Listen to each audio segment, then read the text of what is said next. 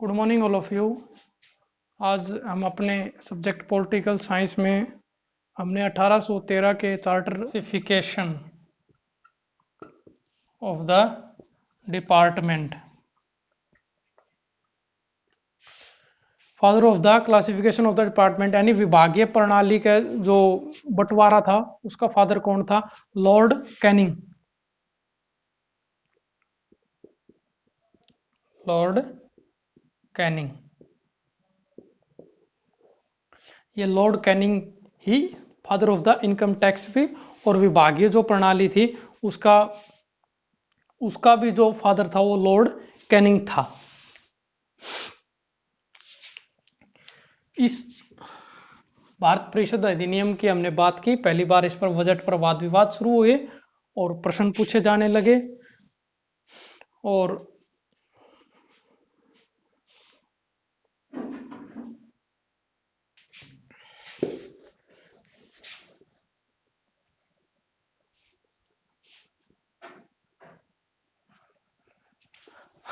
इस अधिनियम में हमने बात की भारतीय परिषद अधिनियम 1892। अब बहुत महत्वपूर्ण जो भारतीय संविधान की दशा और दिशा तय करने वाले अधिनियम थे उनकी हम आगे जिक्र करेंगे। हम अब बात करेंगे 1909 का मार्ले मिंटो सुधार अधिनियम। मार्ले मिंटो अधिनियम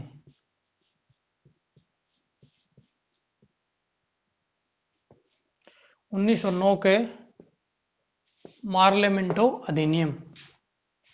अब ये हम मार्ले और मिंटो दो शब्द देख रहे हैं, ये दो व्यक्तियों के नाम हैं, मार्ले और मिंटो।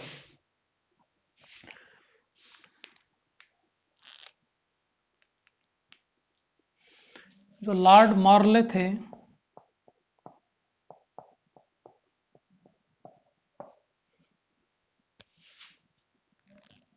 राज्य सचिव थे भारत के, स्टेट सेक्रेटरी फॉर इंडिया।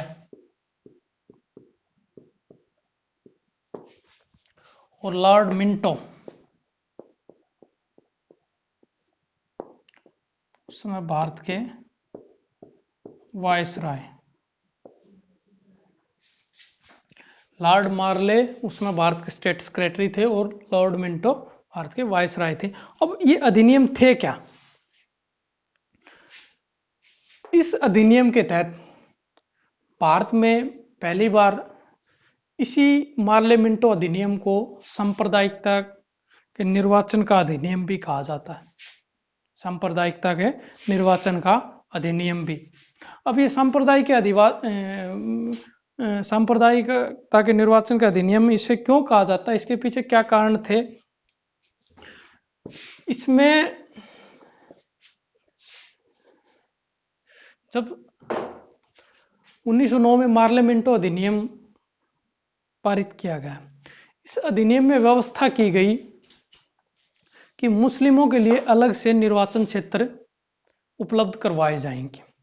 अब वो तो कोई ठीक है उसमें, लेकिन उसके साथ एक विशेष प्रावधान जोड़ दिया गया।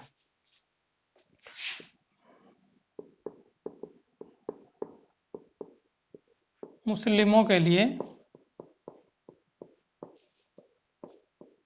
अलग निर्वाचन क्षेत्र का प्रावधान।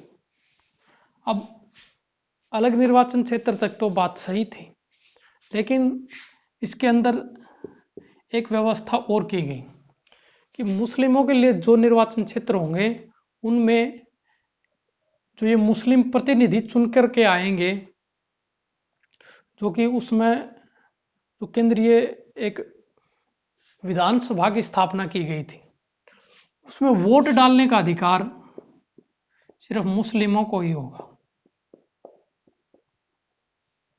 वोट डालने का अधिकार सिर्फ मुस्लिमों को ही होगा। मुस्लिमों के लिए अलग से निर्वाचन क्षेत्रों के ये प्रावधान किए गए। लेकिन आज भी आप देखते होंगे हमारे देश में SC ST के लिए बहुत से निर्वाचन क्षेत्र जो रिजर्व हैं, जिनमें उन्हीं के प्रतिनिधि चुन करके आते हैं। लेकिन उसमें क्या होता है कि चाहे दलित हो, चाहे अपर कास्ट हो, चाहे मिडिल कास्ट हो, सब लोग मतदान करते हैं। मतदान सबका होता है, उसमें सब सर्वमत द्वारा वो चुने जाते हैं। लेकिन उसमें यह नहीं है कि कहीं भी यदि एससी की सीट के लिए रिजर्व है और उसमें सिर्फ 80 के लोग ही वोट डालेंगे और उनके द्वारा ही वो व्यक्ति चुना जाएगा, ये प्रावधान नहीं है। लेकिन इस अधिनियम में क्या था कि मुस्लिमों के लिए अलग से निर्वाचन क्षेत्र का तो प्रावधान कर दिया, लेकिन उसमें कहा गया कि इसमें केवल वोट डालने का अधिकार सिर्फ मुस्लिमों को ही होगा। इस कारण से इस अधिनियम को सांप्रदायिकता का अधिनियम भी कहा जाता है। इसमें पूछा जा सकता है कि सांप्रदायिकता के जनक कौन थे? सांप्रदायिकता के निर्वाचन के जनक, सांप्रदायिक राजनीतिक सांप्रदायिकता का जनक कौन था?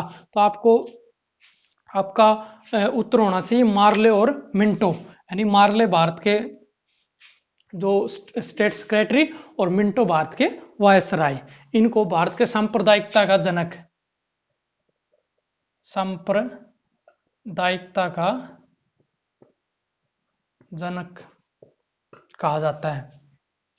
इस अधिनियम में बहुत से विशेष प्रावधान किए जो कि भारत के संविधान के लिए आगे चलकर उसका नींव बने।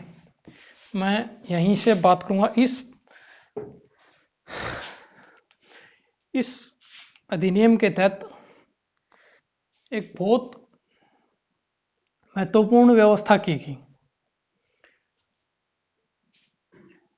इन निर्वाचन क्षेत्रों का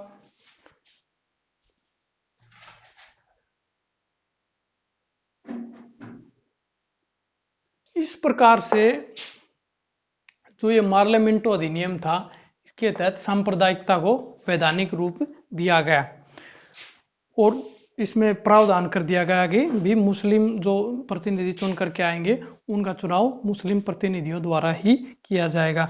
ये थी महत्वपूर्ण बातें मार्ले मिंटो अधिनियम की। आशा करता हूं कि आपको समझ में आया होगा।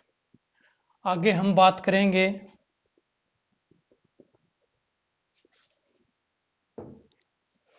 बहुत महत्वपूर्ण अधिनियम 1919 का है मॉन्टेग्यू चेम्सफोर्ड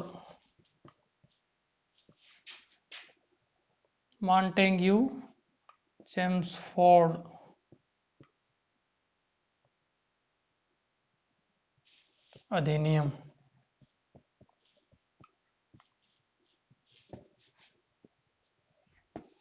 संवैधानिक सुधारों में एक महत्वपूर्ण कदम मॉन्टेग्यू चेम्सफोर्ड अधिनियम।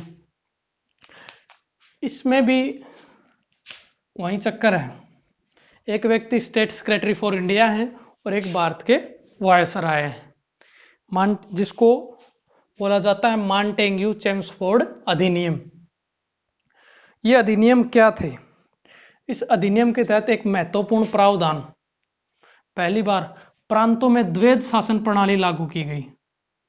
प्रांतों में द्वैध शासन प्रणाली बहुत महत्वपूर्ण है, ये समझने की बात है। इसको बहुत ध्यान से आपने समझना भी है कि प्रांतों में द्वैध शासन प्रणाली लागू कर दी गई।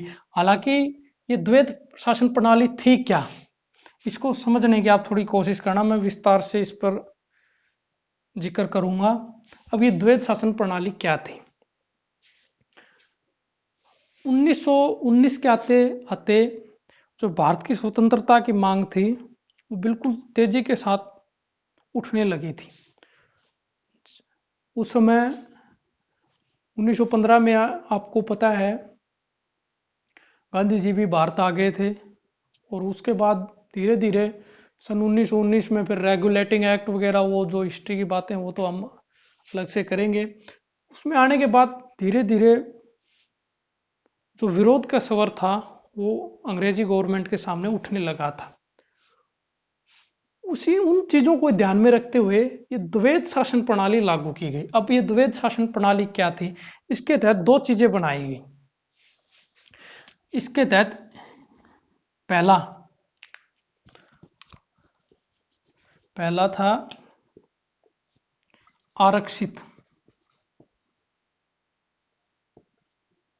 आरक्षित विषय, दूसरा हस्तांतरित,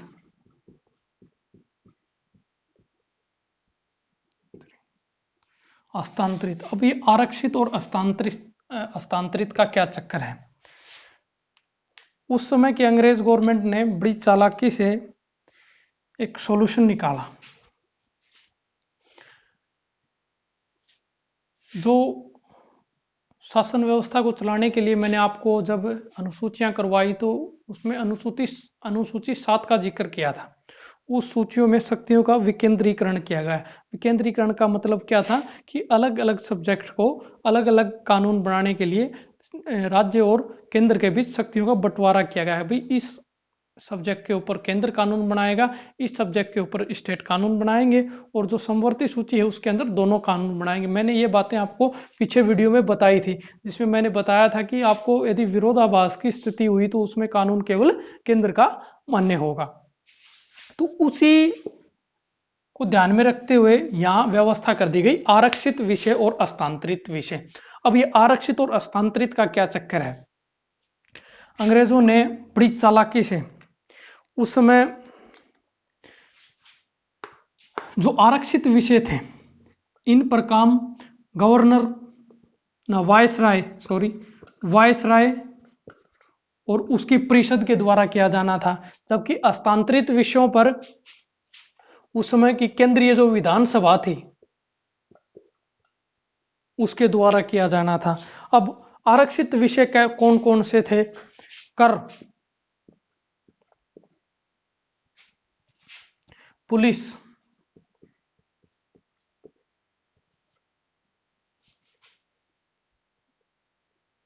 राजस्व, जो महत्वपूर्ण विभाग उस समय के थे वो सारे आरक्षित विषय वायसराय के अधीन कर दिए गए।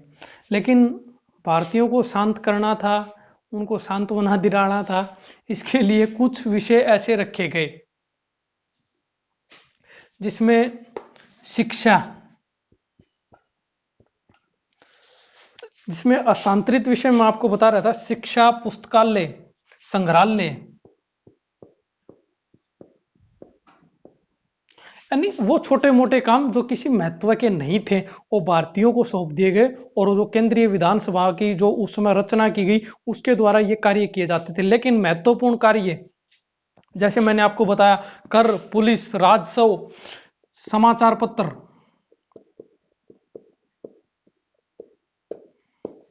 कारखाने, ये सब विषय आरक्षित कर दिए गए। इन आरक्षित विषयों पर काम करने का अधिकार केवल वायसराय को दिया गया, जबकि ये जो सामान्य से विषय हैं जिनका कोई महत्व नहीं था वो विषय उस विधानसभा को प्रदान कर दिए गए, जिससे कि उनका भी मन शांत रहे और वो उस पर काम कर सकें, उनको भी ये लगे कि हमें भी शक्तियां या पावर प्रदान की गई हैं। इस प्रकार से यह द्वैध शासन प्रणाली का यहां पर प्रांतों में परिवर्तन कर दिया गया। यह द्वैध शासन प्रणाली थी। इस द्वैध शासन प्रणाली में मैंने आपको बड़े विस्तार से बताया भी कि आरक्षित विषय और हस्तांतरित विषयों में विभाजन कर दिया गया। अर्थात द्वैध का मतलब दो, द्विशासन प्रणाली इसके अंदर लागू कर दी गई। आरक्षित विषय पर सिर्फ वायसराय और उसकी कार्यकारी जो परिषद होती थी उसके द्वारा निर्णय होते थे, जबकि हस्तांतरित जो सब्जेक्ट्स होते थे उन पर केंद्रीय विधानसभा के द्वारा काम किया जाता था।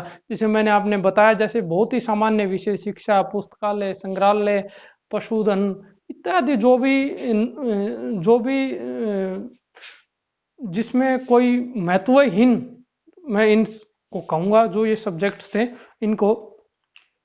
इनकी व्यवस्था हस्तांतरित विषयों में कर दी गई। ये थी द्वैध शासन प्रणाली। प्रांतों के अंदर द्वैध शासन प्रणाली।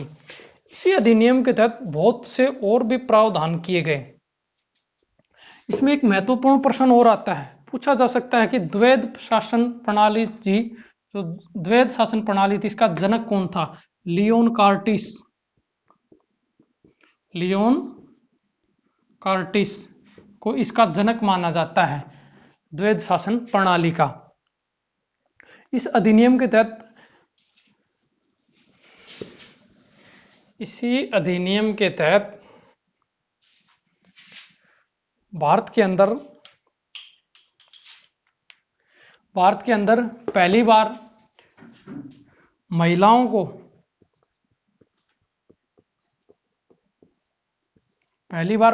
को वोट का अधिकार दिया गया।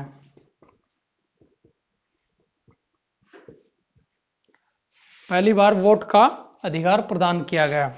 लेकिन प्रदान तो सन 1919 के इस अधिनियम के द्वारा कर दिया गया, लेकिन आपसे प्रश्न के तौर पर पूछा जा सकता है कि भारत में पहली बार महिलाओं ने वोट कब डाले? सन 1926 में भारत में पहली बार महिलाओं द्वारा वोट डाले गए।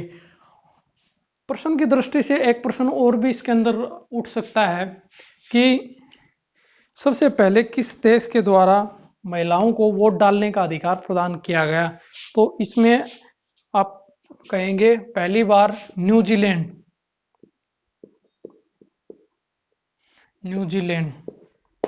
सन 1893 में सबसे पहले महिलाओं को वोट डालने का अधिकार न्यूजीलैंड के द्वारा प्रदान किया गया था। इसी जो 1919 के जो मॉन्टेग्यू चेम्सफोर्ड अधिनियम थे, मैंने आपको जब सिविल सर्विसेज के बारे में 1853 के एक्ट के बारे में बताया था, तब मैंने एक बात बताई थी।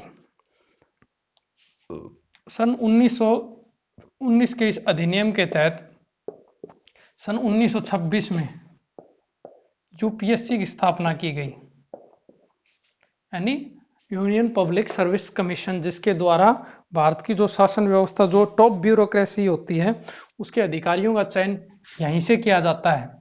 जिसमें आपने सुना होगा कलेक्टर अर्थात डीसी, जिसमें डायरेक्ट लोग इस चयन प्रक्रिया से गुजर करके डायरेक्ट उनको पदस्थापित किया जाता है। इसी अधिनियम के तहत यूपीएससी की स्थापना कर दी गई। महिलाओं को वोटिंग का अधिकार भी इसी मॉन्टेग्यू चेम्सफोर्ड अधिनियम के तहत किया गया। इसी अधिनियम के तहत मैंने आपको बताया कि द्वैध शासन प्रणाली का प्रवर्तन भी कर दिया गया।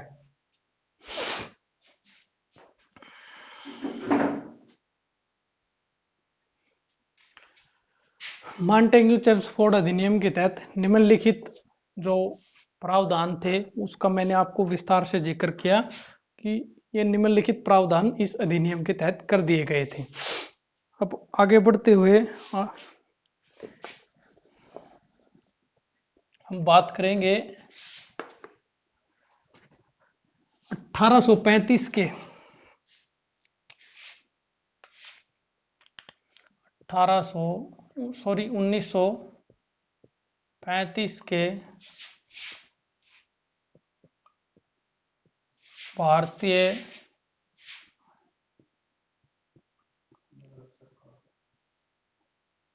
भारत सरकार अधिनियम। लेकिन इसमें दो तीन चीजें और भी लिखी होती हैं। कहीं इसमें इंडियन भारतीय स्वतंत्रता अधिनियम भी इसमें अंदर लिखा होता है, कहीं पर भारत शासन अधिनियम भी लिखा होता है, कहीं भारत सरकार अधिनियम भी आपको लिखा मिलेगा। इस अधिनियम के तहत जब मैं आपको भारतीय संविधान सभा के बारे में आगे जिक्र करूंगा, तो इस जो ये 1935 का भारत शासन अधिनियम था, इसका भारतीय संविधान पर बहुत ज्यादा प्रभाव पड़ा। उस समय इस अधिनियम से मैं आगे बताऊंगा तकरीबन 250 आर्टिकल ऐसे थे, तो या तो उनमें थोड़ा बहुत परिवर्तन करके लिए अपनाया गया या फिर उन्हें शब्द से अपनाया गया। उसकी जो उस समय जो उसमें अनुसूचियां थी, लगभग 80% हिस्सा भारतीय संविधान के अंतर्गत, इसको आगे आप इसमें पढ़ेंगे, उसके अंतर्गत मैं बताऊं भी क्या क्या चीज थी। अब इस अधिनियम की क्या क्या बातें थी उसका हम जिक्र करेंगे। 1935 का जो भारत शासन अधिनियम था, इसके तहत मैंने आपको 1919 का जब मानचेंगू चेम्सफोर्ड अधिनियम मैंने आपको अभी बताया, उसमें मैंने आपको स्पष्ट बताया था कि प्रांतों के अंदर द्वैध शासन प्रणाली का प्रवर्तन कर दिया गया। लेकिन सन 1935 में भारत सरकार अधिनियम के तहत प्रांतों में द्वैध शासन प्रणाली थी, द्वैध शासन प्रणाली, इसको खत्म कर दिया गया। अब ये जो प्रांतों के अंदर द्वैध शासन प्रणाली को खत्म कर करके केंद्र में द्वैध शासन प्रणाली लागू की गई। केंद्र में द्वैध शासन प्रणाली को लागू किया गया। मैंने आपको बड़े विस्तार से बताया था कि द्वैध शासन प्रणाली का मतलब क्या होता है, इसका जनक कौन था अभी अभी। तो इसमें प्रांतों के अंदर जो उस समय जो ब्रिटिश सरकार की तरफ से जो प्रांत बनाए हुए थे छोटे छोटे, उनके अंदर सबसे पहले व्यवस्था लागू की गई। लेकिन बाद में इस अधिनियम के तहत इसको यहां से खत्म कर करके केंद्र में सीधा केंद्र सरकार, जो उस समय केंद्रीय जो कार्यपालिक जिसमें शक्तियां निहित होती थी, उसके अंदर यह व्यवस्था लागू की गई। उसमें द्वैध शासन प्रणाली का प्रवर्तन कर दिया गया। इसी अधिनियम के तहत सन 1935 में ही जो मैंने आपको 1773 का जब रेगुलेटिंग एक्ट पढ़ाया था, तो उसमें मैंने बताया था कि एक सुप्रीम कोर्ट की स्थापना की गई थी, जिसके 3 मुख्य न्यायाधीश थे। अली जाइपे उसके मुख्य न्यायाधीश थे, 3 अन्य न्यायाधीश थे। उस सुप्रीम कोर्ट का कार्य संचालन अब तक कलकत्ता के अंदर होता था। लेकिन इस अधिनियम के तहत उस जो सुप्रीम कोर्ट था उसको उठा करके दिल्ली स्थानांतरित कर दिया गया, दिल्ली। इसी अधिनियम के तहत 1 अप्रैल 1935 को रिजर्व बैंक आरबीआई की स्थापना कर दी गई। ये इस भारत शासन अधिनियम की महत्वपूर्ण बातें थी। इसके अंतर्गत 1-2 प्रावधान और भी किए गए हैं, जिसमें मैं जिक्र करूं तो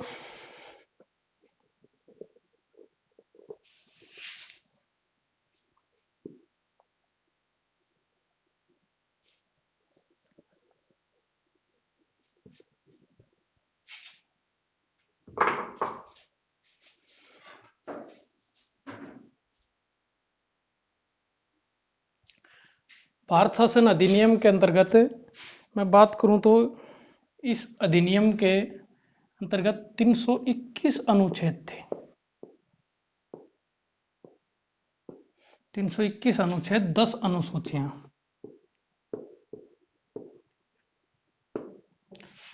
मैंने आपको जब अनुसूची पढ़ाई तो अनुसूची 7 में जब शक्तियों का विकेंद्रीकरण, केंद्र और राज्य सरकारों के बीच जो शक्तियों का बंटवारा था, जिसमें मैंने आपको 3 सूचियां बताई थी, केंद्रीय सूची या संघ सूची जिसको बोल सकते हैं आप, समवर्ती सूची और राज्य सूची। उनका सबसे पहले जो बंटवारा था वो इस अधिनियम के तहत किया गया था, जब प्रांतों को स्वतंत्र करके उनको स्वतंत्र रूप से शासन प्रणाली, जो शासन व्यवस्था के संचालन की छूट दे दी गई। लेकिन केंद्र के अंदर द्वैध शासन प्रणाली का प्रवर्तन इस अधिनियम के तहत किया गया। तो केंद्र के जो विधानमंडल थे और इसी अधिनियम के तहत जो भारत की कार्यकारी परिषद थी उसको भी खत्म कर दिया गया। और मैंने आपको जैसे बताया कि सुप्रीम कोर्ट की स्थापना भी इस अधिनियम के तहत की गई, और जो मुद्रा का जो साख पर नियंत्रण रखने के लिए रिजर्व बैंक ऑफ इंडिया की स्थापना भी इस अधिनियम के तहत की गई। इस अधिनियम का आगे हम जब भारत की जो संविधान सभा का जो निर्माण है और वो हम पढ़ेंगे, तो इस अधिनियम का एक बड़ा विस्तृत प्रभाव आपको उसके ऊपर दिखेगा। आशा करता हूं कि यह अधिनियम आपको समझ में आया होगा और आप अच्छे से ध्यान से इसको पढ़े भी गए। आज के लिए हम इतना सा काम करेंगे। कृपया इसको शेयर, सब्सक्राइब और लाइक जरूर करें। Thank you.